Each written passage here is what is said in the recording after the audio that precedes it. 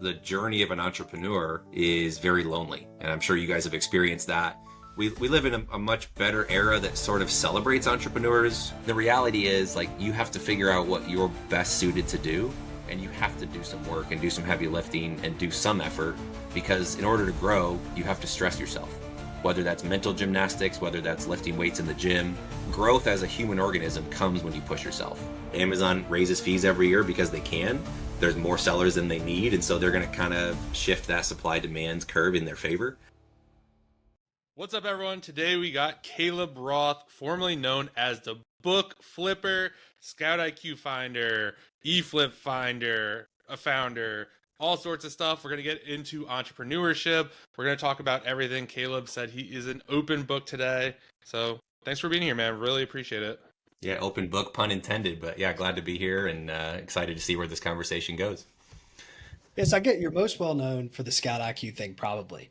So let's start with how did you start that? How did you see a vision at the beginning? How did that all come to fruition to be as big as it was or still is? I think no one knows what they're going to kind of encounter when they set out on a journey. I was really just trying to flip books to replace my expenses, not even my income. I had a good job working for Johnson & Johnson. And so books was just kind of my foray into entrepreneurship. And I dabbled in car washes and lots of other stuff, eBay, duct tape wallets, kind of the traditional stuff way back in high school. So books was just a chance for me to spread my wings and, do something about not wanting to work a corporate job. And I really wanted to have freedom and autonomy. And so the research tools that were on the market were okay, but there was some kind of glaring gaps and inefficiencies. And so I didn't necessarily set out when I started flipping books to get into software. It was kind of the traditional story of you see an opportunity, you solve that opportunity for yourself, and then you realize, hey, there might be other people that could benefit. And so those frameworks, a frame or a way to view the world that works for you, typically tends to work for others. And so we eventually, package that up. I'm not technical. I don't code. I don't pretend to code. I don't play a doctor on the internet. But I, realized that there were some opportunities, found a technical co-founder, eventually built a team, and our team got up to about 12 people, and we were serving thousands of Amazon customers all over the, not just the US, but Canada and the UK as well. So if you didn't know any tech stuff, how did you even go about finding this co-founder? Because I feel like that's probably the biggest thing stopping anybody is like, well, I don't know how to do that stuff, so I'm not even going to think about it. It's a great question, and it was a series of misadventures, like most things are. There wasn't a phone book. I'm dating myself there, but there wasn't a white pages or yellow pages or just an easy way to find good developers. The best ones tend to be working for big tech already. It's hard to compete with $300,000 to $500,000 salaries at Google and Uber and Amazon. And so most of the great tech talent is somewhere else. You've got to find someone that shares your vision and also wants to kind of set their own schedule. It's a long story. I'll give you the quick version. I hired a local firm that had no business being in software. I had a relationship with the guys that ran it. They wanted to take a flyer on me, and it was fairly inexpensive. And, inexpensive for tech is, we're still talking 10, 20, 30 grand. It's not cheap. And we built eFlip. And the guy that they hired to do it was, from my estimation, I never met him, but fairly lazy, kind of living in mom and dad's basement, playing video games, and, said he could make the project happen. And of course that stalled out. They ended up having to hire somebody else. And I'm guessing they lost money when the dust settled because they had to pay a really talented developer. That guy, I then approached him. His name was Greg, and said, hey, I want to do an app. Can you help me? And he goes, I don't do apps, but I've got a buddy that's helped on previous projects. His name is Cole. You guys should connect. And as fate would have it, I was in Denver. Cole was in Denver. Actually, he lived in Denver, just moved to Missouri. So we met up at a coffee shop, and I didn't realize it was a pitch, but I basically had the back of the napkin. Here's the market size. Here's what I think we can do. I've got a blog already. Here's my strategy. And he gets pitched all the time. Good developers have tons of people going, hey, I've got an idea. And most of them just say, stop. We're not even going to have this conversation. Like, we're done. And he was fortunate enough to hear me out, and I was fortunate enough that he gave me that time, and I guess I coaxed him into it. So we kind of started that journey together. So I brought the vision, he brought the coding experience, and off we went. Yeah, John. Wow, that's so crazy. So what happened? So you had the vision, he had the coding. What was kind of your next step? Yeah, so the vision, once I realized there was kind of gaps in the marketplace, and the biggest gap was really two things. One, all of the apps at the time, and the app landscape has changed significantly, and it's much better now. But at the time, nobody was looking at the actual profit on a book. They were just looking at the sale price. They wouldn't calculate Amazon's fees. They wouldn't calculate storage. They wouldn't calculate the weight of the book and outbound shipping. And the game was very different. Most of those things didn't exist. But at a fundamental level, a book selling for $10 back then, FBA, you could probably net, $5-ish after fees, which was incredible. But a 1 pound book was very different than a 4 pound book. And none of the apps took that into consideration. So that was step one. Step two was, as you guys know, sales rank can be misleading for those that don't sell on Amazon. Sales rank is just a snapshot in time of when an item last sold. And it's cool that a book last sold and you see a book ranked 200,000. That means it sold a few days ago. Well, that book might have been ranked 8 million, which is usually a non-starter and you don't want to touch that book. Or it could have been ranked 400,000. You don't know. It just sold a few days ago. And so there was nothing that sort of gave you x-ray vision. Keepa wasn't even out yet, or if they were, they didn't have a public API. And so we said, I love data, I love spreadsheets, I love numbers. That's my love language. And so it was, can we build a database of every book on Amazon, track it regularly, and share that data with other sellers and ourselves so that we know which one of these 200,000 ranked books we should buy and which ones we should steer clear of. So that led to the creation of eScore. And that was kind of what that piece was that we decided to go after. And that was our reason why to build an app in the first place. Hey, what kind of struggles did you have with it at the beginning? I'm sure I can imagine like all this stuff you're explaining, the struggles that came with like building the software and all this, and especially because you didn't have that back end data that Keepa gave. I was assuming, I didn't know the history of it being that far back. So you didn't even have that. What kind of struggles did you have with that kind of thing? Oh, there's lots of struggles. Software tends to know when you want to be left alone, or if you're on vacation, or if you're traveling and playing golf with the boys, and it tends to break at the most inopportune of times. I would say fundamentally too, zooming out, that just the journey of an entrepreneur is very lonely. And I'm sure you guys have experienced that. We live in a much better era that sort of celebrates entrepreneurs. I work with some college like business plan, pitch competitions.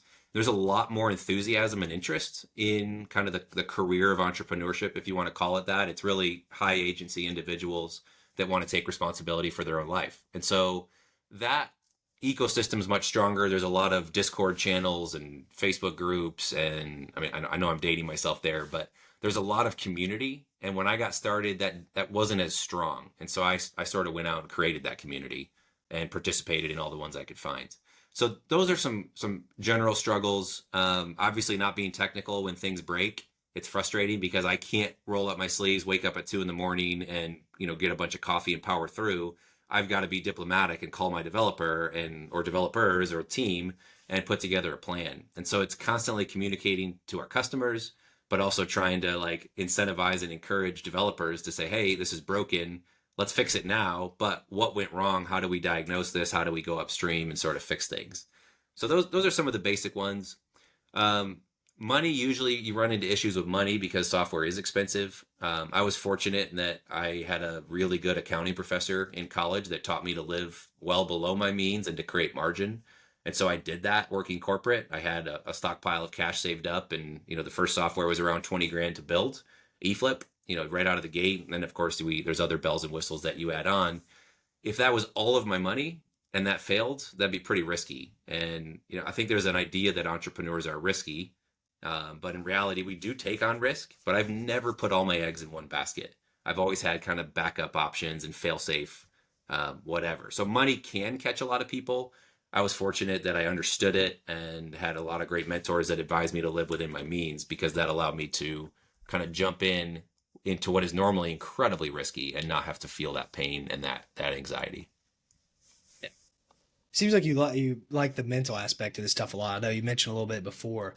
What are some kind of like mental, I guess, like tips that you can give people through going through this? Because I understand too, the software thing, I'm sure waiting on things, like you had to have crazy patience compared to today. People are struggle to wait a day, but you probably had to wait days and days at a time for things to get fixed. So what kind of mental stuff can you like think of that maybe people would find valuable on that end of things? Yeah, well, just to clarify, we didn't have to wait days and days. We had, like I said, hundreds and thousands of customers that were using the app. And if it was offline, we knew about it and people were complaining loudly. So that's not something that could, sit for days and days. The technology has changed. When we started, we had to make a patch, push an app store update, which might take 24 hours, might take 12 hours, might take 3 days. It just depends. Now the technology is way stronger. There's over-the-air updates, and I wish we were operating in today's ecosystem because AI is incredibly beneficial to building tech as well as some of the delivery mechanisms. But as it relates to mind, I've always been strong mentally. That's always been kind of my calling card, and that's at the detriment of other things because as humans, we are a lot of things. We're not just brains. We tend to validate the brains and the smarts and the intelligence, but there's also a body, there's also a spirit, whatever you want to call these things. And so the mind for me has always been strong. And I think some of the balance is trying to figure out how to take ideas and then as an entrepreneur, turn them into something real. And there's people I meet, I'll throw Avery under the bus, but I talk about him a lot. He views me as a mentor, which is awesome. Avery and a lot of entrepreneurs they have a very high bias for action. And sometimes thought is kind of a secondary thing. And so they just go in and jump in and they run in with guns blazing and then they kind of clean up the pieces later. I'm a little bit the opposite in that I see ideas and I'm pondering and I'll be very calculated. You miss opportunities by doing that. And so I think for anybody listening, if you tend to be more on one side of the equation and mental is your strong suit, I would encourage you to find somebody that takes a lot of action because you're going to learn from them and that's going to inspire you to jump in and ideas don't have to be perfect. And if you are the doer and not much of a thinker, then I would find someone that is a little bit more mentally sharp and can give you that kind of that yin to your yang as well. You talked so you've talked about having your eggs in different baskets. When I first met you, it was just like, oh, he just sells on Amazon. He has this big business, 7-figure seller. But I found out later you had a lot of different income streams. You were partnering with people. Can you kind of go over the different income streams you had? Real quick, if you've been thinking about hiring a virtual assistant but don't know where to start, VA Fastlane makes the process dead simple. They just don't throw you a random VA. They actually line up 4 highly qualified candidates based on the skill level you need. Whether it's online arbitrage, wholesale, or whatever business model you're running, they got you covered. Then you interview the ones you like and pick the best fit. No guessing, no generic VAs who don't even know anything about Amazon. And it works whether you're just starting out or running a full-blown operation. They offer both part-time, 20 hours a week, and full-time, 40 hours a week. Plus, they've already placed over 140 VAs for Amazon sellers, and they offer free unlimited replacements. So if someone isn't the right fit down the line, you're covered. It's run by Carter Maxwell. You've heard of him on the show, and he's built a team so dialed in, he only spends 4 to 5 hours a week on his own Amazon business. So if you're ready to scale with a VA who's trained, proven, and backed by a solid system, book a free call at the link below and talk to Carter. And make sure to ask about the special offer for the Side Hustle Experiment listeners. Yeah, when did we first meet, John? I pulled it up. It was 2019 or 20. It was the Philly bookstore clean out. That was right. The first DM I sent to you. It was like, I could help you scam books. That's right. Was Avery there too? Yeah, Avery was there too. Yeah, that was a bit of a dud if I remember correctly, but yeah, it was terrible. You miss 100% of the shots you don't take. So here, this is an interesting dichotomy because to be really versed and focused and to build out your niche and your expertise, it really helps to have focus and to go really deep on one aspect. So most people that make a lot of money or are very successful do it all. They put all their eggs in one basket and most of their time is kind of dedicated to one category. And then typically once they, have a liquidation event or sell the company or have piled up enough cash, then they seek to diversify. What's interesting is I made that decision to focus by staying in the book space. And of course, Amazon has a ton of different tentacles that you can kind of pursue and rabbit trails, wholesale, private label. And I was interested in those, but I made the commitment to myself that as long as there were opportunities in the book niche, I was going to stay there. And so what that does, though, is it does open up a lot of pathways. So let me flash forward to the ends. At the end, most of our revenue and our profit was software because the margins are way higher than selling physical products. I still was a bookseller, but was selling significantly less. At my peak, I did over $1 million in books a year. Some of that was from liquidations, college buyouts, etc. But there was a lot of juice there. And near the end, that ramped way down to, 150 to 300 grand a year, depending on which year you looked at. So it necessarily shifted and you decide to focus on it. When we met, probably let's call it 2019, I had ScoutIQ, I had eFlip, but they were still kind of in their early stages. I was primarily a bookseller And I did that in several different veins. So I did the traditional thing of going to thrift stores and library sales. And I thought about building a library team, instead of one person at a sale or me and my wife, two people at a sale, you bring in 10. And now you're competing against 100 other sellers, but there's 10 of you. So if you do your job right, you get 10% of the market. I didn't really scale that up. I tried to hire scouts in different states, and that was difficult. It's hard to kind of manage people from afar. So that was kind of a failed entity. And again, people talk about failure, and the reality is you're going to tinker and iterate and fail a lot, but the end result still works out. So I had my physical sales, I had the consignment business, empty shelves. So I went to libraries, and instead of me going to their sale and scanning the books, I said, hey, what if I gave you the software, it turns green or red, you scan the books, and I'll be your Amazon expert, and we can split the profits. And so that side of the business was growing quite a bit. So that was consignment. I sold the tracking spreadsheet. So literally a spreadsheet that helps you with your accounting and making kind of informed decisions. That's actually the only thing I kept in the sale of the company. So I still have that, thebookflipper.com/track for any nerds out there that want to check it out. So I was kind of selling that. I never really did information, didn't do courses. And then one piece I didn't talk about it, but I'll talk about it now because they went bankrupt. But I used to sell to Nebraska Book Company. They're a wholesaler that provides textbooks, used and new, for college bookstores. So college bookstores ramp up, they'll buy your books back at the end of the semester for woefully low prices. And then you can, of course, go in and buy used books, typically for a little bit cheaper than new. They have to source their books. And so they source some from Amazon, some from these bookstores, but they also relied on guys like me to go out traditionally and knock on college professors' doors, which I'm not really a sales guy and I hate getting told no all the time. So that wasn't a good fit for me. But I leveraged data because we had the data to say, hey, we can find your buy list and go find books that you're willing to pay $30 for. We could pick it up for 12 on Amazon. So I had a whole business that was doing that kind of quietly. I didn't talk about that publicly, but that was a very lucrative business that really ran in 6-week cycles. So, some months were better than others. Some were almost dry, but on a good month, we would spend, sometimes upwards of six figures. We'd spend, almost 100, 120 grand over a month because we built that up. And it was small margins. You're making 10 to 12 to 15% best case, but we were getting 5% cash back. I know you guys are probably optimizers. We were getting 5% cash back on the Amazon Prime card. So I could buy a book and break even, but still make 5%. And so that was a pretty good business. How did you come to that opportunity with Nebraska Book Company? Knocking on doors, what I said I don't like to do, but I knew our local. So my first client for empty shelves was Grace College. That's where I was a student. And so I used to go to their sales, and they were typically one table of books. And then they were starting to do these big weeding out projects, and they had, 1,000 to 5,000 books that they would sell. And I just kept bugging the librarian. I said, Tanya, like, this is great. I'm moving out to Colorado, but I would love to come in, if you're having a big sale, let me come in first. I'll pay you more than, the $1 and $2 you're selling the books for. And she kept turning me down until she finally caved and said yes. We served her so well that she told a lot of other people around about it. Similar to that, the college bookstore was called Tree of Life. They're actually pretty massive. They're under the radar. If you guys want to look them up, they do a lot more than you would think. I know one of the managers there, and I'm not going to disclose anything I shouldn't, but they are very intelligent. They're more on the educational side now, but they still have a pretty strong textbook arm. And I knew they had a buyback list. So I went in and just said, hey, you guys are buying back textbooks, right? Yeah. Do you happen just to have a list of the books you're buying and the prices? And my buddy told me, yeah, I've got that. But I'll be honest, we're a middleman for somebody else. And they were a middleman for Nebraska.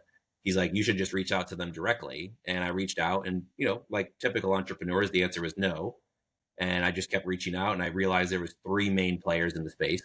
And so I reached out to all of them, and I got kind of a half-hearted yes from one and no's from the other. And I just kept bugging until I said, I'm not a bookstore. I didn't fit their traditional sourcing model. I wasn't knocking on college doors. I said, I'm going to try and use data. And they said, it's an efficient market. There's no way. I said, try me. Let's just give it a run. And so I eventually kind of coaxed them into giving me a test run, and that worked. And then eventually I got to where I had a proprietary list that was, only a few of us had, and they knew what my business model was. They just knew that I did it better than they could. And so that, kind of built a long business model. So to answer your question, it was just asking questions, being curious, and then following up and, seeing where I could add value. the funny thing is, at this point, this would have been like 2014 or 15. We didn't have a database of book data. I wasn't even thinking about software yet. And so once I got the list of books, I was like, I guess I could look up each title. And these were, tens of thousands of books on the list. I could look these up individually. Virtual assistants weren't really a big thing, so that didn't really seem feasible. And what I ended up doing is finding, he was an American, but living in the Philippines. I don't even know how I found him, but I paid him a couple $100 to make a script that could take the ISBNs. And I don't know if we scraped Amazon or used the API. It's been so long, but for a few $100, we got up and running and it worked. And there was some glitches, and like anything else, it's not easy and it doesn't work the first time, but we persevered and eventually had that system. And I have to imagine that some of that element of understanding, hey, we can look at values on Amazon, led to some of the first stages of ScoutIQ. Do you think this could be repeatable today? Like, do you think if you dropped, let's say you hadn't done any of the things you've done, do you think the steps would be similar with social media and like the growth of all this stuff already? It'd be a lot more difficult or easier for you if you had to like restart today? The whole business or the software side specifically? Yeah, I mean, I obviously you couldn't do the whole thing. I'm sure things have just like gotten different, but overall, probably the software mostly. Yeah. So where we started, and I think John, are you an affiliate for SellerAmp? I looked through your Yeah. page because I'm pretty out of the loop. So I think like the reason SellerAmp is doing so well, yes, they have good data. Yes, it's a good app. Those are all true, but that's kind of table stakes. They've built a phenomenal community, and Miles and Warner and whoever else is involved over there. Again, I'm kind of out of the loop, but they've done such a phenomenal job of teaching people and educating them and bringing new sellers online. So they're capturing the value of that. Where we started is I had a very small audience. I was just sharing more the data side because I'm very analytical, mind heavy, as we've established. And so I wanted to solve problems that were there. And so curiosity is the fundamental piece of any of this, is look for opportunities. And once you start looking for opportunities, you see them everywhere. I just heard a kind of an interview over on billionaires.com. I just found this site. They interview billionaires, which if you want to find people that are successful, that's not a bad place to start. And it was the guy that, anytime you go to an airport, you see those kiosks where you can check in, print your boarding pass, print your luggage bag tag. He invented that. And he did it because he was trying to fly out of the country, and he showed up at the airport an hour early and, of course, got stuck in the line or the queue for you UK people and missed his flight. And he thought it was silly because they were all waiting in line for one or two or three airport employees to hit print on a computer. And he goes, this is stupid. How do we distribute this and make it better? So, if you believe that there's no new opportunities for efficiency, and AI is certainly tackling a lot of these today, you're still wrong. There's still tons of ways to be more efficient, to solve problems, to serve people. And so I think the equation would still be find an inefficiency and find a way to solve it, be curious about things. And then I think to be successful in the software space, you're going to either need to build your own community or use affiliates and leverage existing communities, because it's, especially on a $40 a month software product, it's hard to pay for ads to bring in a lot of clients. You're going to have to rely on community. So is it possible today? Yeah. Are there more headwinds and more competition? Absolutely. I was fortunate enough to be somewhat early in the game. And like anything, like AI, there's a lot of opportunity right now. Anytime there's new technology, there's chances for that. But Amazon was around. Scoutly, our biggest competitor, was around for probably a decade before we launched. So yeah, there's still opportunity today, but it's probably less than what it was back then. You mentioned the ad stuff. I was going to get to that eventually, but I guess it's a good time to talk about it now. Yeah, where you have that low per month average order value or whatever, you did no ads at all, or did you consider it? Did you try it back when you were trying to get it off the ground? We did a bit, and that's one area as I kind of had a few years here to sort of reflect and think back on what we did well and what we could have done better. Is ad spending was woefully low. We're talking 1 to 2% of gross sales was spent on ads, which is just silly. That's so low. And I think we had pretty good ROAS. I didn't even understand or know that phrase back then. That's how, out of it we were. We just really built communities. And so we had Facebook groups, we had podcasts, we had YouTube lives, and none of these were huge. I mean, our Facebook group eventually swelled. I think I don't even know, 30, 40,000 now. But back when we started, it was, your 1,000 raving fans, and that was it. So I think ads were an area where we really could have spent. And the traditional math on ads is you can spend a third of the lifetime value of a customer. So on a $14 a month, which was our entry level plan, if someone sticks with us for a year, it's reasonable. You could spend 50, $60 to acquire the customer. And on a $40 a month customer that sticks around for 6 months, again, you can afford to spend, what is that, 80, $90? So, you could have, and that's a strategy we just never really went that hard after. And so that's probably an area we left money on the table. Yeah, because I know that most the Amazon guys we talk to as softwares, none of them really run ads like that. I think still to this day, most guys we've talked to don't really do that. But I was in some marketing groups last year, and it's like all the big softwares run like they almost solely rely on ads. I guess 'cause it's more consistent as well to an extent of like your numbers to Yeah, a the T. biggest thing in a business is consistency. And I'm part of another startup right now, and we're doing some tech, and there's some smart NFC bracelets. It's really fun, but we don't know where our next customer is coming from. And we have D2C arms, we have business to business arms. And so ads are really something we've started kind of jumping in. We hired a college kid who's really smart and works with TikTok shops and Amazon stores and Meta ads and everything. And we're just kind of tasking him with, hey, this is an untapped area of our business. Here's your budget. You can have, a percentage of the upside and go kill it. And that's an even cheaper product and it's non-recurring. So we'll see. But so early testing looks really good. So ads are phenomenal. I also think from an entrepreneurial perspective, it gets really easy to try and outsource everything where you find an expert and let them run with it. And the reality is like you have to figure out what you're best suited to do. And you have to do some work and do some heavy lifting and do some effort because in order to grow, you have to stress yourself, whether that's mental gymnastics, whether that's lifting weights in the gym. Growth as a human organism comes when you push yourself. So if you outsource everything, whether that's development, ads, marketing, then you have to find something where you can lean in and do some work and do some, lifting, if you want to call it that, because that's going to help you grow. We have a lot of guys that are big on outsourcing on this pod. Where do you think the balance is in that? Because that's what I always struggle with. Like, well, where do I even outsource? I'd rather just work and push myself. But obviously, you can't do that forever. Where do you think the balance is at between like, you're grinding away, and then where do you outsource the stuff at? Balance is a misnomer. That's a great question. There's seasons of life. There's rhythms to life. And so there's times when you're going to push, and most people when they're starting out have more time than money. And so part of the answer is you lean in and do the work. If I didn't do the work early on in the book space, I wouldn't have been in the weeds enough to understand sales rank and understand the opportunities that were there. So you have to do enough work either yourself or you have to be really intentional to talk to people that are doing the work to understand what's going on. As you seek to grow, there's only so many things you can do. And so outsourcing or building a team or finding experts around you, like Matthew came and joined, David eventually joined with Dream Books, near the end of our journey. But those were two really talented, incredible individuals that we would have not gone nearly as far without them as we did with them. And so outsourcing and building a team and finding your sweet spot and your specialty is incredibly necessary to scale. But then there's times when if you get out of touch, and I've seen that happen with founder-led companies that no longer kind of participate in the marketplaces that they're a part of, and they quickly become outdated, out of touch, and the software struggles as a result. So you've got to be really intentional to either stay in the game or to be really connected with those who are. But again, I don't think there's a balance. I think there's seasons, and sometimes it's best to roll up your sleeves and get after it, and other times it's best to work on the business instead of in it. I know for a lot of Amazon sellers, COVID was really great for them, but for booksellers, it wasn't so good.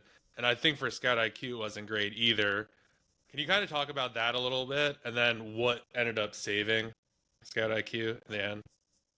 Yeah, I don't know if we needed saving. Again, we were always lean and mean. I've seen a lot of companies' finances, and we were incredibly cautious and conservative. We always ran at a high margin. So yeah, COVID hit. For those that weren't playing in the space or weren't booksellers, Amazon restricted sending in new inventory, especially for booksellers for I think it was for everybody, but booksellers got hurt a lot. We were 100% FBA. All of our books were in an Amazon warehouse. And so that was a very different world for us where we either had to pivot to merchant fulfilled or stop selling for a bit. And that lasted, my memory's blanking, but it lasted a few months, I believe. And so we pivoted. We had books coming in already on consignment. So I had some space at my house. We had an external garage. I built some shelves and built some rolling tables and kind of set up a nice little processing center. I didn't have to, get a warehouse. I was fortunate there. And we just made the best use of what we did and listed a few thousand books and got good at merchant fulfilled. And that opened up opportunities to say, hey, this is a thing that people do, even though most of our customers were FBA. And so that helped us understand their needs better. So we eventually made it through, and then we had a dual strategy where we had merchant fulfilled because we had built that skill and FBA. On the software front, you imagine most of your customers are going to thrift stores, which are now closed. So I don't remember the exact numbers, but we lost 40 to 50% of our customers between March and April of 2020. And we had a bunch of people on annual plans, so the numbers could have been worse. We ended up crediting back any annual plan subscribers. I think we gave them 2 months free, just as like a, hey, hold on, we know you can't quit right now and get your money back. So we're just going to comp you 2 months just as like the right thing to do. And, we wrestled with that decision. It cost us a lot of money. It was really credit, so it didn't, cost us that much, but it's opportunity costs. But it felt like the right thing to do. I think in business, if you serve people well, you win. And so that's kind of just a mantra that we've kind of adopted. And fortunately, my team was happy to run with that as well. But we lost a lot of our customers, and then over the summer we sort of stabilized, and then we kind of jump started in an unexpected way. And I don't know if you've been big, either of you, John or Drew, on TikTok, but it was a kind of a new thing. I hadn't really even been using it yet, and we started seeing customers just come in. And I monitor, let's just call it, we got 10 new signups a day. And all of a sudden we were getting 50. I'm like, that's an anomaly. Maybe one day that can happen if a YouTube video spikes, but it was like 2, 3, 4, 5 days in a row where they were like off the charts, outside of statistical significant differences. And I reached out to Matthew and said, what's going on? We started looking at the traffic and realized that there was a new affiliate that had just signed up. And I don't know if we had the tracking in place to know where they were coming from. We just knew that, I'm going to totally blank on his name. I can see his face, down in Texas, but so I just called him. I had his number listed on our affiliate thing, and I just cold called him. I said, hey, this is Caleb with ScoutIQ. I don't know who you are. I don't know your background. I don't know what you're doing, but you're sending a lot of customers to us. It's meaningful. Thank you. What's going on? How can I help you? And he told us all about TikTok, and he had built this course, and he had a video go viral, and I think it got 1 million views. And then he taught someone the game. I think it was a husband-wife team. And they started posting content, and they had videos get 2 or 3 or 4 million views. And so we went from, again, let's just call it 10. I think we had a day where we had over 1,000 signups in one day. Now, this is not traditional. We had a very high retention rate, people that converted to paid. This was the worst cohort we ever had in the history of the company because it's TikTok people that are just excited and excitable. And that adds a lot of stress to the business because you have a ton of customer support needs. Any weaknesses in your system get exposed at scale. And so it was awesome, and we're really grateful for it. We grew, we went from, steady ramp up to 40% decline to stabilize to higher than we would have been if we had kept on that same trajectory. So TikTok saved our business. Ads saved our business. So Drew, back to your question, did ads work out, or could we have really leveraged that? Probably. And I know Matthew, our marketing guy, turned that on and tried to take some of that content, but we primarily relied on affiliates to grow the business for us. And so we started finding influencers on TikTok, paying them to make 3 videos, because 1 video might not take off, but if you do 3, you've got a much better chance of something taking off. And so we leveraged that and used it, but not a ton of ads, just a lot of influencers. So how did you go about like repeating the process? Because I'm sure what happened too is your numbers just got crazy wonky with having that many people, and the retention rate probably went like way different than what you were used to. Like, how did you manage all that of like, how do we grow now? Our numbers, we don't really exactly know what's going on here anymore if there's such an influx. You still have an idea. You still look at numbers as a whole. It does hurt your metrics. I'm not going to use real numbers, but let's pretend you have a 30% trial to paid conversion, and all of a sudden it drops to 15. What you got to get back to what your goals are. And so if you set up and say, hey, our goal is to get 30% conversion, that's fine. But the reality is we were getting far less. Would I take 100 times the number of signups? Yes, even if they convert way less. So, we were in the business, yes, of trying to make money. We didn't have shareholders. We didn't have stockholders to please. We got to make our own decisions, which is very important to me as an entrepreneur. And so we just looked at it as, how do we serve the most people? And serving people means they stick around. And we were over the top, because I hate when you sign up for something and then can't figure out how to cancel or have to jump through hoops. We made it super easy. We emailed you every time 3 days before your renewal and said, hey, heads up, your subscription's going to renew in 3 days. If you're happy and everything's great, by all means, keep going. But if you want to cancel, literally click here. And people would probably advise against that, but that just seemed like the right thing to do to other humans. And so we did it.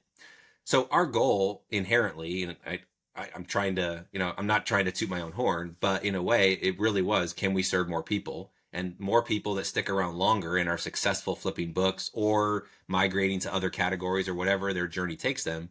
Awesome. We were a gateway drug for a ton of people, for a ton of entrepreneurs to test it out and to prove in some cases that they could, and for other people to realize that was not the path for them.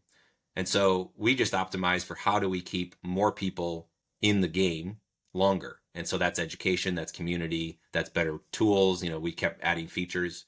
Software is never done. We didn't make the software and then it just magically runs for multiple years. You're constantly iterating, fixing the designs. And just like Amazon changes their API and their rules from time to time, and you have to adjust, all the app companies, iOS, Android, the Play Store, they change things. And so all of a sudden something that worked, you wake up and you have a month to fix something or it's not going to work anymore.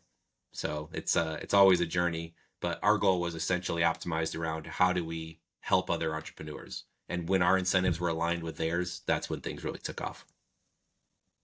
You say you didn't do any courses or any teaching, things like that. Do you wish you would have going back, or because I'm sure you hear the numbers of how much people make nowadays. You can, and Jim Pickens made a course, and I think he did like 200 grand his first year, like just crushed it. It was like maybe $100 course, and he sold 2,000 or 200, and maybe I shouldn't be sharing those publicly, but I think he was pretty public about it. So I saw those numbers, and that's substantial money, right? I never shake a stick at even 10 grand really, much less 100. So Matthew tried to coax me into doing a course. We eventually did a paid course called Book Flipper University, and it didn't feel right for me. And that's not to knock courses. It just wasn't my ethos and it wasn't my path. And so we ended up making that free. And if you signed up for a trial of ScoutIQ, you got access to it. And so we use the courses and the training and everything else as kind of the top of funnel to get people into the software. If I didn't have the software, yeah, I mean, I sold a freaking spreadsheet. I'd probably be okay with selling a course and teaching people how to get started and do it because I believe in that. Yeah. What do you think nowadays with people doing stuff? Let's say they're just an Amazon seller. What direction would you push people to go? Would you do some kind of like spreadsheet leads list type thing? I don't know if you've heard about those things. I have.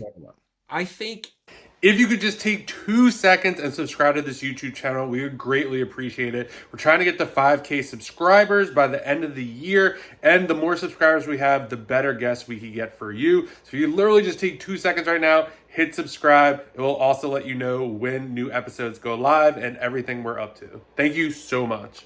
Anything in entrepreneurship, there's sort of this, bear with me, but kind of a mental picture. There's this bubble and there's this wall. And the trick is to get from not an entrepreneur to entrepreneur.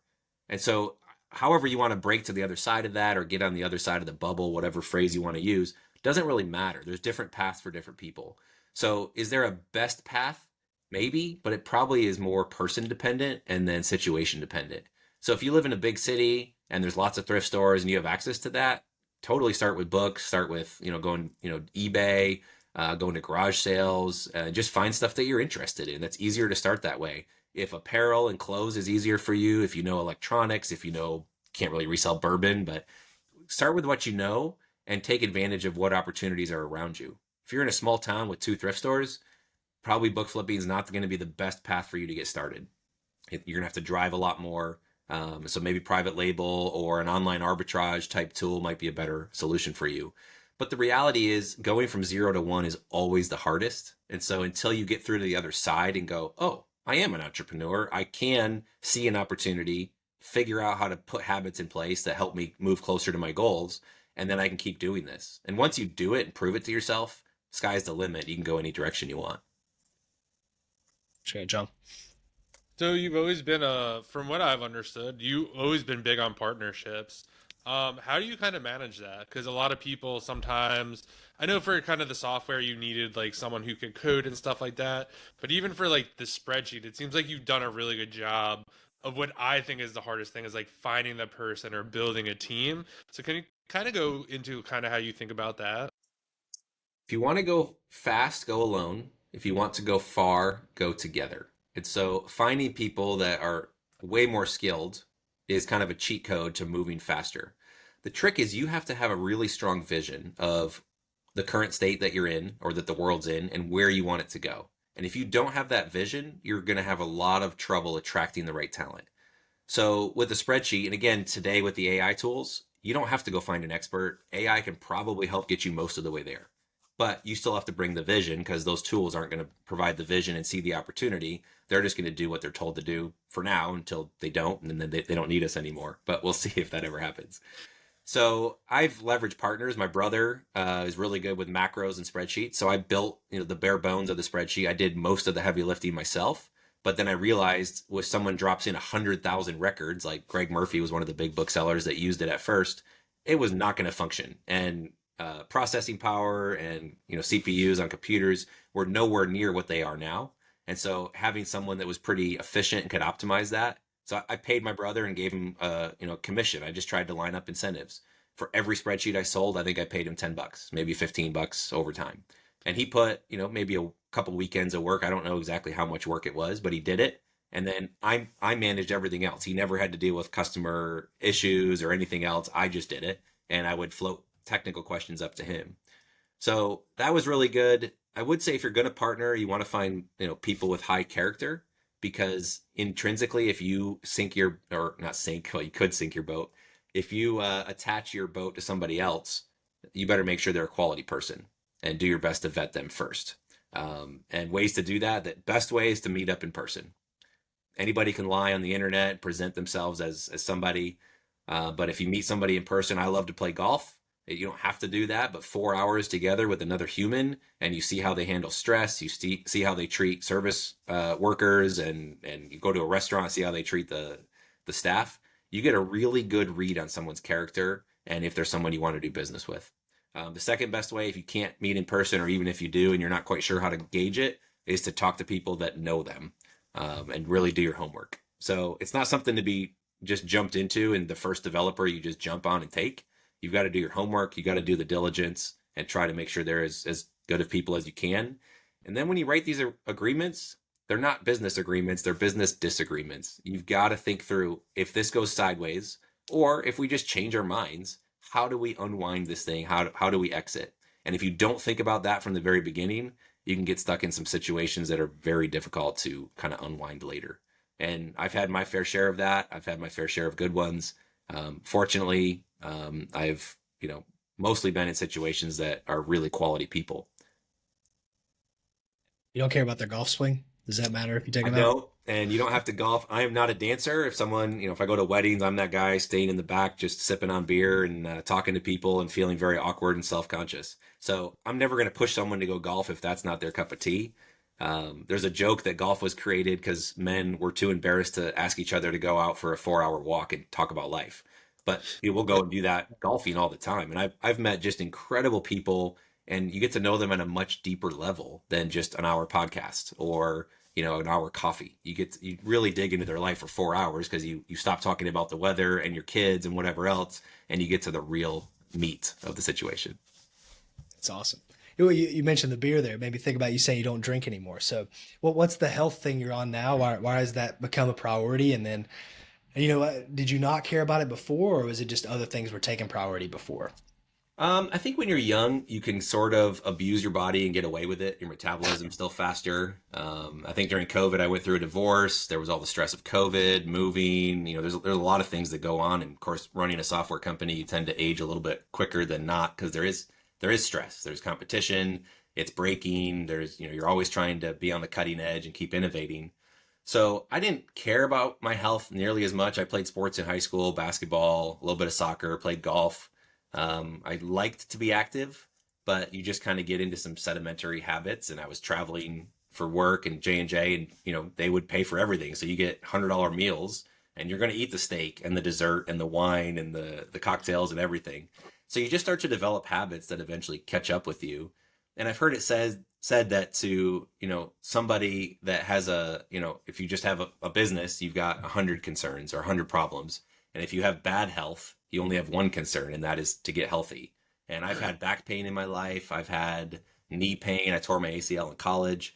And when you end up in a situation where you're hurting, and that could just be like feeling sluggish or not having energy, or actual physical pain like your knee or your back, it just wears on you. And at some point you start to say, you know what? I'm doing well. I've got some success in business, and it's nice to have money, and I'd rather have health. And so you start researching it and getting into that. And you're just drawn to people like Tim Ferriss that kind of tinker and experiment, and they're trying to improve their lives. And that's what entrepreneurship's about. You're trying to improve your life through business fundamentally, but it's about improving your life and those around you. And so, yeah, I realized that my habits weren't necessarily contributing to the life I wanted. And you start looking at the research, and I'm in my late 30s now. I'm 37, and if you start like I've not lifted weights in probably a decade, and I realized that that's a low hanging fruit that I could jump back in. And the more you build up your muscle mass now, the better you're going to be able to kind of participate and contribute to life the older you get. And so it's just some of those habits. I do drink occasionally, but I hardly ever drink at home. I'm probably drinking twice a month out with friends, and I pay the price. I wear a Whoop. You can do it with anything else, but it tracks your sleep, it tracks your recovery. And I mean, I wake up in the middle of the night. If I drink now, I'll wake up at 3 in the morning metabolizing the alcohol. And so it's just a thing of, you know what? If I am comfortable letting my next 2 days not be as good and not as efficient, and I can be a little more sluggish, awesome. But most of the time I just prefer not to, and have a better day the next day. What about the diet? Anything specific there that you've changed over time? Or more so, I guess the gist of this question is, do you think that anything you do now you wish you would have done before because it would have optimized maybe your energy and focus during the day? Because I think I run into that problem all the time. I'm always looking for little things like that. So maybe that's better way to ask the Yeah, question. it definitely would. And Drew, are you an optimizer? Are you always trying to find the best way? I used to be, but now, I mean, I'm 26 now. I feel like I know my body a decent bit of like what I can handle and things like that. Because I went through phases of it a lot. So more so I'm Yeah. just open to, any Yeah. advice or new things. Well, if you are an optimizer like me, then it's important to get out of your head and just start putting things into practice. Because if you're moving, I heard an interview with Sahil Bloom today, a great author, just wrote a book called The Five Types of Wealth, and he's really living the entrepreneurial experience too. Of if you want to change your life, do something about it. And he did that back in 2021 and started writing and drastically changed his job, moved his family, all of that, and his life changed in a big way. So he had a phrase today where he's like, the idea of continuous compounding that James Clear talks about with Atomic Habits is, even if you turn the dial way down, if you're not working out at all, even just going for a 15-minute walk once a day is going to move you infinitely closer to your goals than doing nothing. And so that's a really powerful piece of it. I like to tinker. I like to optimize. I'm on a 2-day, I'm going to go for 3 days, but I'm on the second day of a 2-day fast, and I feel really sharp. I've done some challenges with friends. I found another bookseller and we did a weight loss challenge. And really, it's just the basics. There's nothing complex about it. Move your body more and watch what you put in your mouth hole, and just be cautious about those things. And it's basic things. You can nerd out over microplastics and the optimal whatever to put in your gut. But the reality is, real food, whole food, eat more of that and eat less of the processed stuff. Eat less sugar. It's not that complex. So I've done carnivore for a month just to kind of feel what ketosis feels like. And it's good. It's hard to be sustainable. I'd love to, I don't love to make hard and fast rules and never stick with them. It's not the way my personality is. But I would say carnivore or just switching more to whole foods is really good. It's something I'm tinkering with now.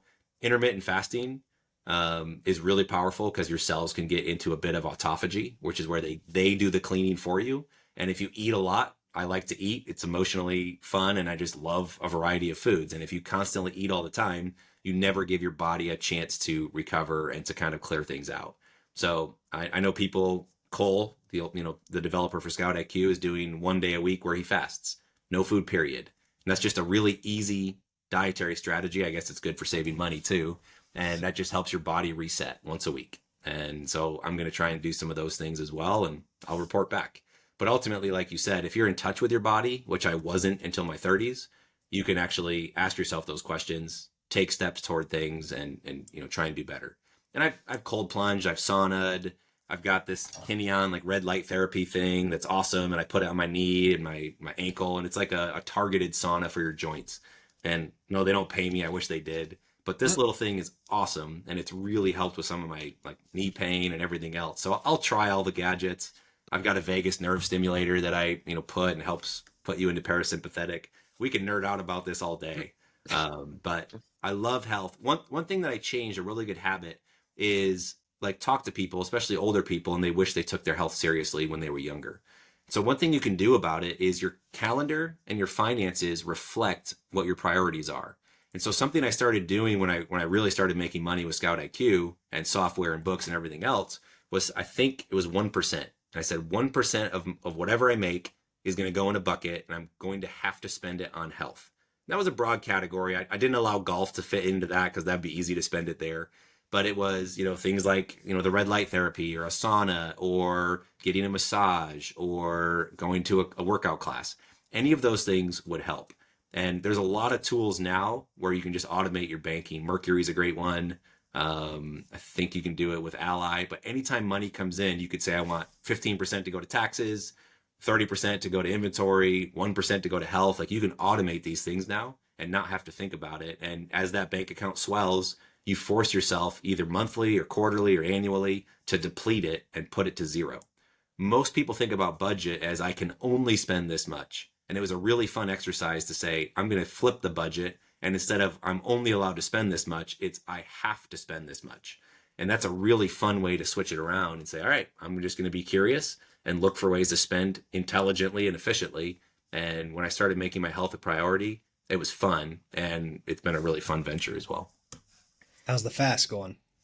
Honestly, I feel great. I get times where because I'm brain heavy, it's hard to focus, and sometimes I get like sluggish. And I feel sharp today. I'll go back and listen to this later, but I feel like I'm connecting dots. I'm talking quickly. I've been a lot more productive, even just working a half hour or half day this morning.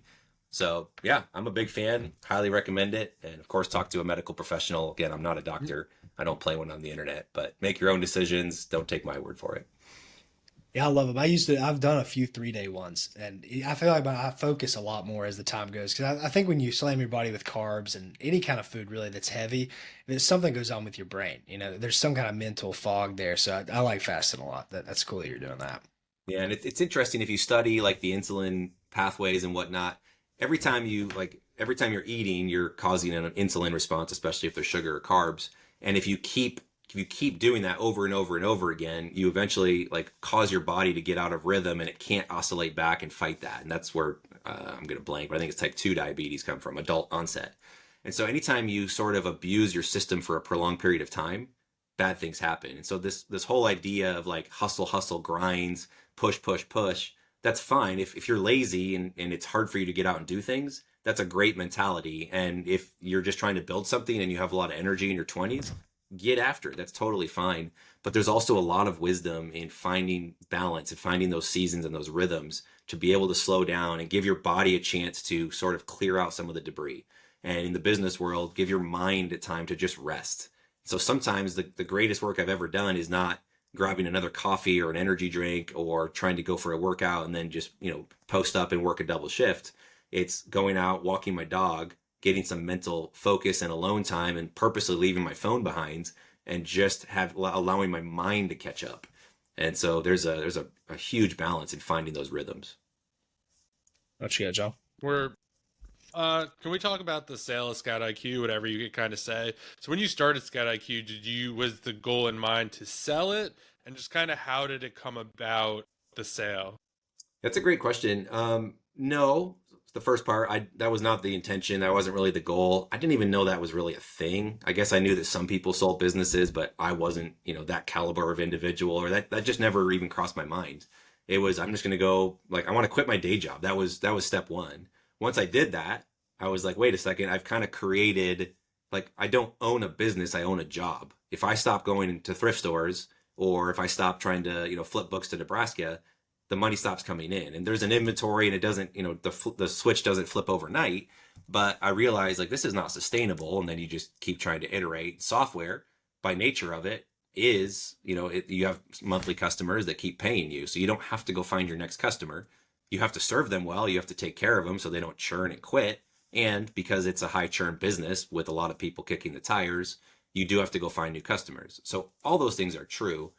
The goal to sell wasn't really on the radar for a long time. I did shop eFlip. eFlip was never the goal. The goal with ScoutIQ was to build a scouting tool. When Zen Arbitrage, I don't know if I ever shared this publicly, but when Zen Arbitrage came out, they were limiting it to 100 people. And like their whole thing, Peter, the founder, said he was only ever going to have 100 customers. Well, we already had a database of all the books. We were building it quietly and making sure we had that ready to go, and thinking through eScore and figuring out how to build an app that we've never done before. And when that happened, I was like, wait a second, like we have the data. We could like build a wrapper around this and make a web tool. It can't be that hard. Turns out it was 20 grand. But all that to say, I'm rambling. So all this thing about fasting, maybe don't take it, No, you're doing it. No, it's don't good. take it seriously. But I think these are all important contextual clues to pick up as well. So eFlip wasn't the goal. Um, Once we had ScoutIQ up and running, I realized like eFlip was like fundamentally, if everybody had access to the same tool, and Zen was there, and now um, Bookmine with Joji and Victor, there's a lot of tools out there now, and so like it's a good business, and there's definitely people that can run with it, but it's not, you're not going to get thousands of customers. At least we never figured out how to do that. And so I had shopped that and ran it on a marketplace site, and they were, of course, they probably misrepresented, but they said, we only take the best of the best. And if we take you on, we sell like 95% of the businesses that we accept. Well, they accepted us. We never even had an offer, barely had tire kickers, and never sold the business. Some of the feedback from that process, and that was just like, can we sell a business just to see what this process is? I didn't know that I wanted to sell ScoutIQ yet. Um, the biggest feedback that came back was, you've got a very personal brand. The book flipper is Caleb. eFlip is Caleb. At this point, I think we had ScoutIQ. ScoutIQ is Caleb. And so the biggest feedback was, anybody that was interested in the business, what are they going to do when I step away? So I either have to stay in the business, which I now have handcuffs and I can't get away from the thing I'm trying to sell, or we've got to figure out how to prove that this thing can exist and grow and survive with an influencer network, an ad strategy, and a community strategy that I'm not the face of. And so that feedback was really valuable, even though we never found a buyer for eFlip. And so I had kind of shopped it again. There was another firm similar to Three Colts who bought us that I shopped it about a year prior to us selling. And they had a different strategy, nothing wrong with it, but they really wanted the founders to stick around for several years. I think their initial strategy was maybe to go public and do an IPO. That's back when SPACs were really big. I think they've pivoted from that. I don't know. I'm kind of out of the loop there. And so I didn't really want to stick around. They were going to pay less than the product was worth on the open market, but there was a bigger carrot that they were dangling out there that said, hey, if we ever go public, everybody benefits together. That's a great strategy. It really wasn't for me. And so I kind of said no and didn't really pursue that. And the way that Three Colts happened, because I know you're going to ask that next, was literally a cold reach out on LinkedIn, which I hardly ever use. But the message was, hey, I just sold my company. I'm now leading acquisitions or involved in acquisitions for this company. You seem like a good fit. Would you ever consider selling? And I was like, well, you know what? I would consider it, because I was at a place where I was starting to feel bored. It kind of felt like we were repeating the same thing over and over and over again. And, you see Amazon change their API, you see them change the rules, and you just go, man, the prospects of this continuing to grow for the next 5 years, will this be a bigger market or smaller? And I was like, you know what?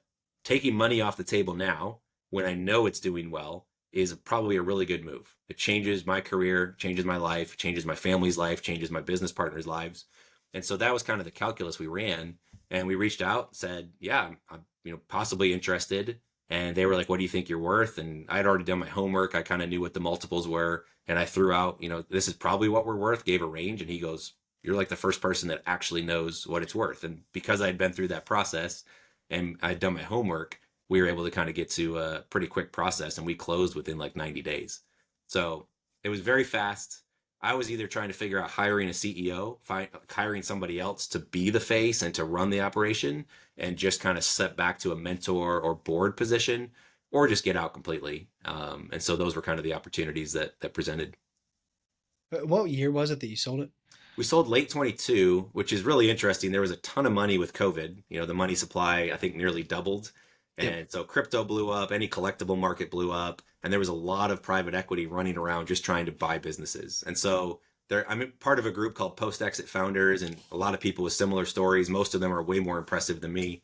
But it's really funny because there was a huge influx in 21, 22, 23 of private equity just buying up anything they could get their hands on. And that has slowed down significantly since. So timing wise, I feel like we timed it as perfectly as we could. But yeah, it just worked out really well. Yeah, that's what I was gonna ask. I'm pretty sure at that time period you probably timed it almost the top, right? Like, because I remember like multiples back then. Like I heard people software of 10 to 15x or whatever, which is like I'm sure today not even close to that. Yeah, we were nowhere near that. We were probably fair business valuations, but there's less appetite for buying those companies now. Software, the way that calculus used to work is if you could get to about $10 million in, gross, annual run rate, you could get those significant multiples. Or if it was a strategic buyer, maybe. But in general, businesses are worth much less. They typically look at cash flow, and you look at that and say, hey, what could change or what could work? But yeah, there's a lot more headwinds. Section 3 is a much bigger deal than it used to be. Counterfeit textbooks has always kind of been a pain in the butt for booksellers. And so it's harder to sell. Amazon raises fees every year because they can. There's more sellers than they need. And so they're going to kind of shift that supply demand curve in their favor. So yeah, from all those standpoints, and there was a big tax benefit. When you sell, it's long-term capital gain. So instead of paying 39% tax on your marginal dollars, you're paying 15 to 20% on long-term cap gains. So, let's say they offer you, just for easy math, they offer you 10 years, which they didn't, but if they give you 10 years of cash flow, it's the equivalent of getting about 15 years of cash flow because you get about 50% more from the tax saving standpoint. I didn't So even know that. it's Wow. substantial. So selling a business is really big from that standpoint. And they were willing to let me walk away within 3 months. They wanted me to stick around, but they were offering a very low salary with some equity kicker if the company did well, but we negotiated the kicker anyway, and I didn't have to be involved. So I didn't want to be part of steering a ship that I could no longer steer, and I wanted to get off the ride, and they were kind enough to let me do that, and it worked out. What's next in the future? I know you said you had some stuff you couldn't do for a while, but would you do go back to the Amazon space, or are you trying to get out of that completely? It's an interesting question. So I sold the book business as well. I sold the consignment business to a friend of mine down in Arkansas, and good dude. He could take care of our customers. We sold all of the software companies. So eFlip, ScoutIQ, Reprice IQ. Gosh, what was the other? I feel like we had another one. It's been a while. We bundled all those up and sold to Three Colts. Have you guys listened to My First Million at all? Yeah. Sometimes. So they got a phrase, they call it speed running, like as a exited founder, if you want to go back and play the same game again, if you play Mario for the second time, you kind of know where the Goombas are and how to jump over things and how to beat Bowser. So yeah, could we speed run and jump back in and get it up and running again? Probably. But I think my craving, I'm an Enneagram type 7, if anybody knows what that is. I crave new and exciting and adventure. So the idea of going back into a compressed market that has more competition and it's harder for sellers doesn't really seem very appealing. Although it's something we've talked about. As our non-compete winds down in a few months, a bunch of people are approaching and asking questions, and it's an interesting thought. It's something I've considered, but I think my desire was to sort of reinvent myself and to say, hey, we've done this before. Who else can we serve, and what would that look like? So that's manifested as I've been working for about a year. We run a software company called Beacons United, and it's NFC technology. I'm wearing mine 24/7. It's this little circle, handmade with clay. We could totally 3D print these, but that's not what the company's about. They exist in the Dominican. Haiti is the country next door. They share an island. It's a very unsafe place to be. America does not fly flights into it. They were getting shot at by gangs. Basically, cartels run the country right now. So there's a ton of immigrants and displaced families that have moved from Haiti to Dominican where it's safer. Unfortunately, there's a lot of racism, and they struggle, and all the issues we have in America with immigrants, they have it times 10 on their small island countries. And so we hire Haitian immigrants. They're illegals. It's probably illegal for us to hire them. And we provide jobs, we provide schooling, we provide therapy, and we're trying to help improve the quality of these 60 women that work for us as best as we can. So the goal is to grow that. And you can share contact info. We've got like daily Bible verses for those that are into that, or inspiring quotes.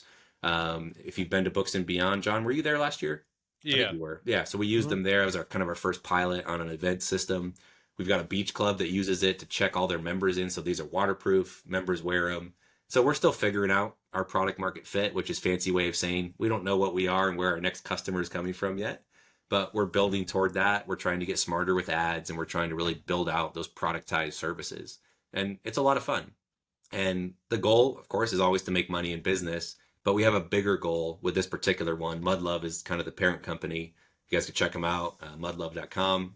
Put a shameless plug. It's not my company, but it's really gratifying to say, what are we building toward? And life is way more fun when you have a direction, a pursuit, a passion, something to get after. And so we wake up every day and we say, how do we provide consistent sales of these products? And they make lots of other things, not just these beacon products, but how do we get in there and get consistent sales so we can hire more women and increase our surface area of impact?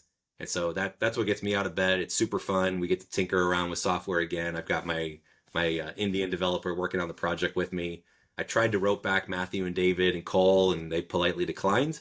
I don't know if I should take that personally, but they're not interested in moving forward. That's fine. So we've been tinkering with that, having a lot of fun with that crew, and just enjoying that process. Did you say NFT, like non-fungible token, like crypto Not stuff? NFT. I know you're in the crypto world. NFC, near field Oh, communication. okay. It's an electromagnetic field. So when your phone gets close to this, it sends a push notification and says, "Hey, what kind of details are on it?" So it pops up. You can tap the notification, and it goes anywhere you want. So I share contact info. If Drew, we've never met in person. If we met and we're talking, it's like, dude, we should hang out later. Here's my contact. You would literally, with your phone, tap my bracelet. It's like a digital contact card. It would pull up my phone number on your phone because that's what I've set it up to do. It would open a text to me. So now you have my number and it says, "Hey, it's Caleb. Great to meet you. Drop your name. We can stay in touch." All you do is hit send and say, "Hey, it's Drew. Now I've got your number." It's memorable. It's easy, kind of frictionless, and it just works well. That's And so awesome. you can do that with phone numbers. You could share Google reviews. You could share whatever crypto strategy you're into. You can share your blog. Like it's just a way to network and connect with yourself or with others. That's cool. I don't even think I've ever seen anything like that before. Oh, That's NFC is old I think the technology. memorable part's huge. You share Yeah, it like well, instead of a business card, you do that. I would yeah, always yeah. remember.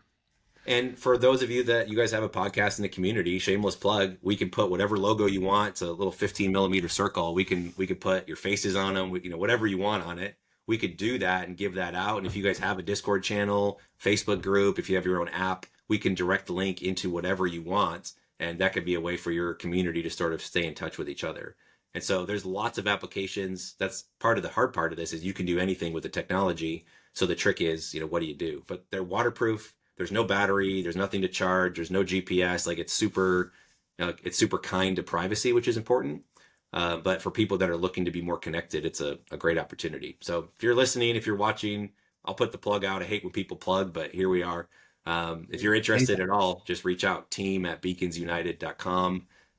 Or you can just track me down any of the socials, just Caleb Roth, you'll find me. But That's yeah, awesome. we'd love to talk and see if we can't either build something custom for you. And again, we're pretty inexpensive.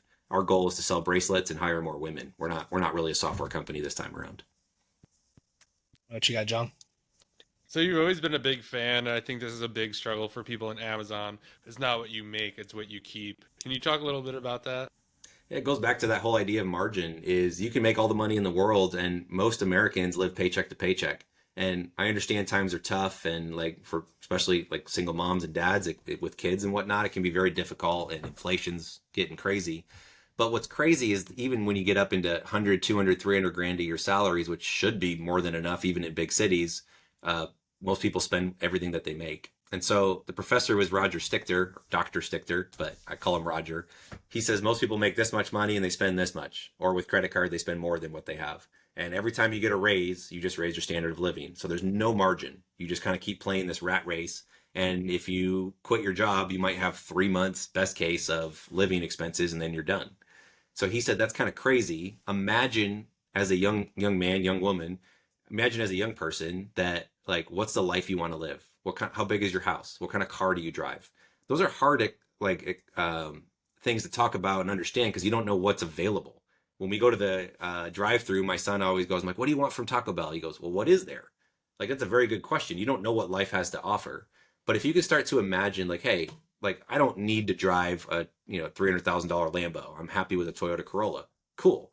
Like Ramit Sethi, I Will Teach You to Be Rich, is an author, great podcast, really understands the psychology of money. He talks about money dials. Figure out what's important to you. If that's health and wellness and golf and travel, great. Ramp those things way up, spend lavishly. But things that you don't care about, a car, a house, food, like whatever that might be, don't do it. Dial those way back and give yourself some margin because if you can create that margin, that gives you a lot of flexibility and it takes the pressure off of trying to make, all these decisions. Because for me to step away from my day job, I would have had to build a business that was netting 6 figures, which took 2 or 3 years to build that. You're not going to build that overnight. So you can't just quit your day job day one and say, I'm going all in on books. You've got to have a buffer. So understanding your numbers, understanding what you keep is really important. And most people just think, I'm just going to do more and I'm going to sell more. I'm going to follow these orange, bar charts on your Amazon seller app. That's great. If you want to make $1 million, you definitely have to sell at least $1 million. So top line matters, but at the end of the day, it's what you keep. And so a great exercise we did I tried to do this quarterly. I wasn't always the best at it, but I'd map out each of my businesses. What was the top line? What was the bottom line? How much effort did I put into it? What did I feel about the prospects for growth? Did I enjoy doing them?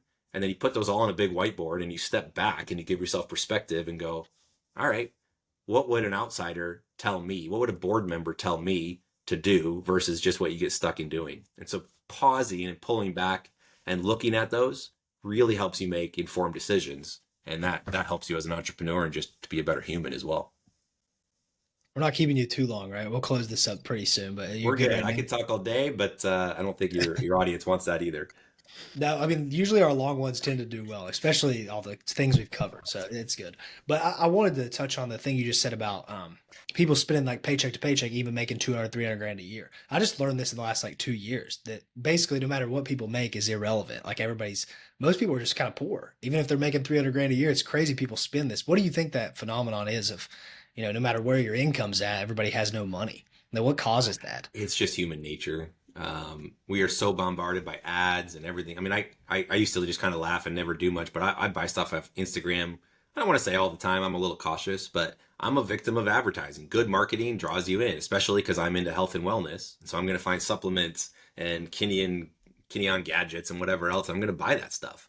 I try to be more intentional, but most people just think that's going to solve, some inner wound or their inner child that's struggling, and they're just going to buy. And some of those things help. I've got some things that I've spent very little on that have increased my quality of life. Other things you buy and I hardly ever open it and it, was a waste of money. So it's real easy to get stuck on these hedonic treadmills where you just keep spending, keep going, and you raise your standard of living. As soon as you make a little bit of money, you buy a fancy car and have an expensive car payment. And then you can't ever decrease and go back down because you've got to keep things going. So even if you don't love what you're doing, you kind of get stuck in these loops. And again, it's human nature. We're trying to impress other people. We don't have a lot of discipline. And so that's a quick way to kind of get in a place in life that's really, really difficult and very, very stressful. So choosing to say, hey, here's my standard of maximums. That's what Stichter's book is called, is how do you set these ideas? And it's a very dry read, great read, phenomenal. He should probably put a YouTube video up. Maybe I'll record him on the pod. But he's an accounting guy. He's very, very good at speaking, but some of the topic is pretty dry. But when you have these standard of maximums and you say, hey, my ideal lifestyle, I have a friend named Mike that talks about what does it cost to be Mike? What does it cost to be John or Drew or Caleb? And if you understand what it costs to live the life that you want, maybe that's $8,000 a month, maybe it's $3,000 a month, maybe it's $30,000 a month. Once you reach that level, stop. Figure out how to raise your standard of giving. Figure out how to impact others around you. Because at some point, having all this money and just spending it on trips and fancy toys and things that cost money isn't going to make you any happier. And there's a lot of research around that. And more money does help to a certain extent. But if you can kind of limit where that is, so someone that makes $20,000 a month and spends $20,000 a month is poor. Someone that makes $5,000 a month and spends $3,000 a month is wealthy because they can afford to have life happen. They can afford to step away from whatever they're doing because they've built margin. So that is one of the biggest things. If you have a lot of stress in your life, look at your financial situation. It's awesome. What else, John? Yeah, I like that a lot.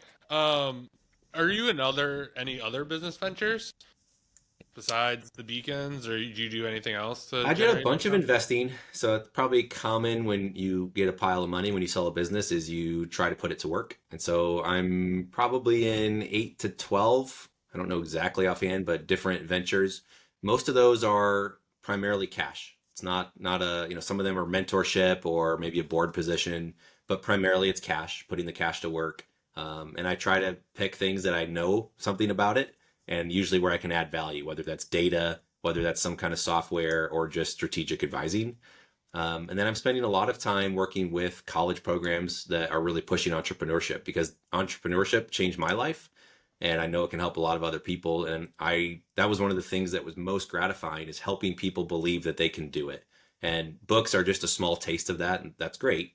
I love trying to help entrepreneurs say, hey, I've got this idea.